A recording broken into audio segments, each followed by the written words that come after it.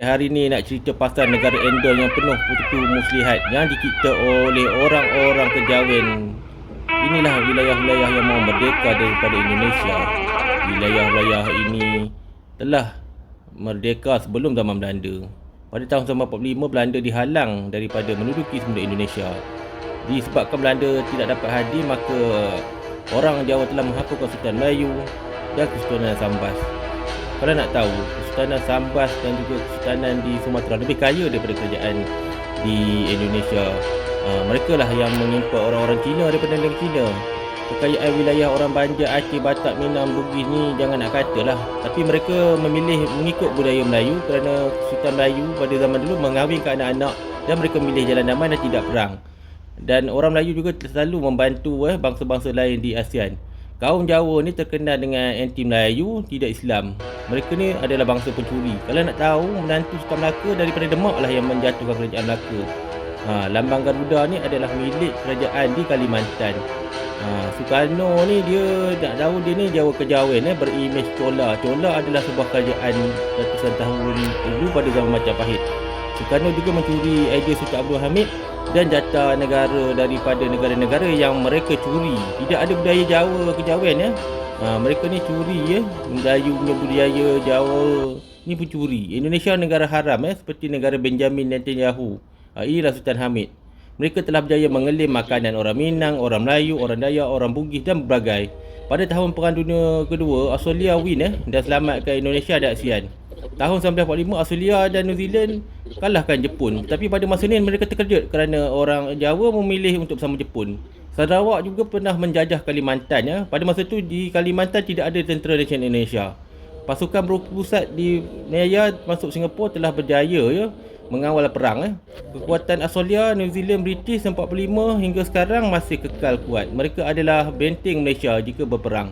Kalau nak tahu, ramai warga Borneo Melaya, Sumatera, pro Barat dan anti Japan, anti Indonesia. Kerana mereka tahu orang Indonesia, contohnya Jawa Kejawen ni pro Belanda dan menghapuskan nenek moyang mereka.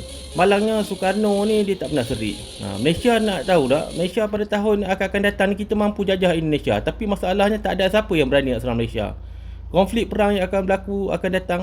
Semua wilayah-wilayah di Sumatera, Kalimantan, Papua akan minta merdeka dan akan minta Malaysia melawan. Dan mereka akan merdeka sebab itu. Inilah wilayah yang mahu merdeka. Mereka ini telah ditindas oleh kerajaan pusat di Indonesia. Malaysia dah lama rancang tapi tak ada siapa tahu. Kalau nak tahu kenapa Malaysia tidak menguatkan tenteranya, kerana kita pasukan Panji Hitam. Dengan 1000 anggota tentera, kita mampu membebaskan wilayah-wilayah di Kalimantan dan juga Sumatera. Inilah wajah-wajah pemimpin ASEAN 100 tahun dulu. Mana ada wajah Indonesia? Semuanya tipu. Kesultanan sistem Beraja, Banjar, Aceh, Batak, Dayak, semuanya bersatu. Dan mereka ini nak kata musuhi Barat, tak ada. Mereka berdagang bersama Barat. USA hingga sekarang mereka masih kecewa dengan Indonesia yang besar. Mereka tak percaya sampai sekarang Indonesia miskin.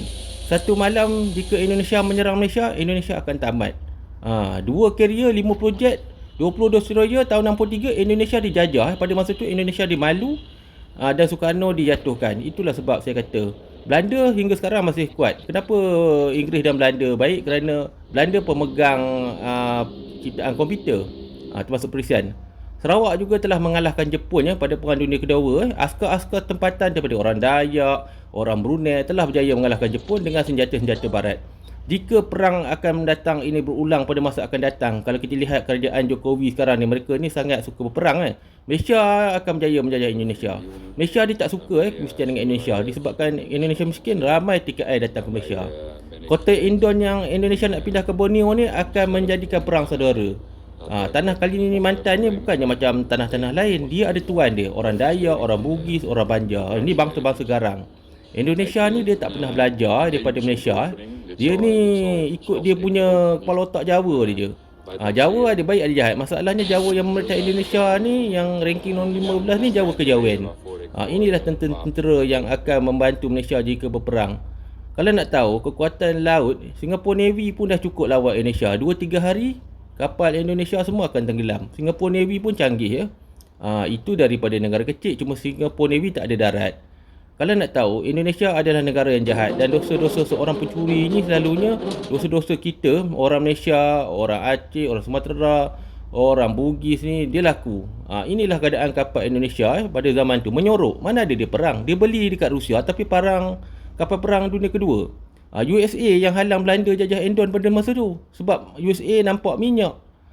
Kennedy dah jumpa Sukarno dan Sukarno kata kau ambil minyak USA daripada Belanda ambil. Pada akhirnya Sukarno kalah 1965. Itulah sejarah yang Indonesia takkan ceritakan. Indonesia sebuah negara tapi Malaysia yang mengawal masa depan Indonesia. Sebab jika Malaysia tak kawal, Belanda balik. Inilah genosid di Endon. Kalau nak tahu, Endon ni, kita ni telah mengelilingi negara Indonesia dengan Australia, dengan New Zealand, dengan Malaysia, dengan US. Kenapa Malaysia dan Australia bergila-gila nak melabur di Papua? Sebab Papua sekarang ni akan menjadikan Indonesia berpisah. Inilah negara penipu. Negara mereka sangat teruk. Negara penipu pencuri. Kalau kita lihat negara Indonesia, negara penipu pencuri. Saya kasihan sama Soekarno. Dan akhirnya Malaysia akan berjaya.